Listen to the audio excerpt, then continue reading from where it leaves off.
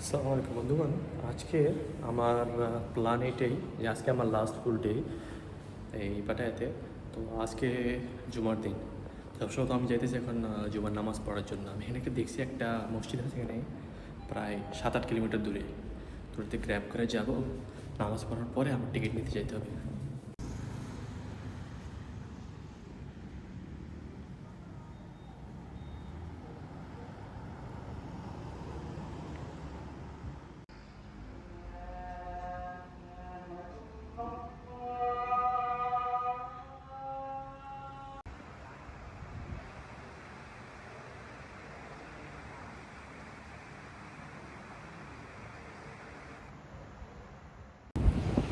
তো আমি টিকিট নিলাম, নেওয়ার পরে এখন আসলাম কিছু হালকা পাতলা খাওয়া দাওয়া করে, তারপরে একটু ঘুরবো।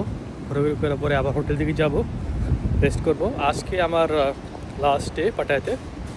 তো বাস একটু আশেপাশে যে জায়গা আছে একটু ঘোরাঘুরি করে তারপরে বাস যাবো একবার হোটেলে, রেস্ট করে রাত্রে বাইরে হবো খাওয়ার জন্য।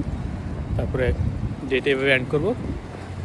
কালকে আমার যেতে হবে প্রায় 11টা 11:30 ভিতরে। আমার বলছে ওদের ওখানে গিয়ে সিটটা চুজ করতে, কারণ ওরা শুধু টাকা নিয়ে রিসিভ দিয়ে দিচ্ছে, সিট কালকেই দিবে।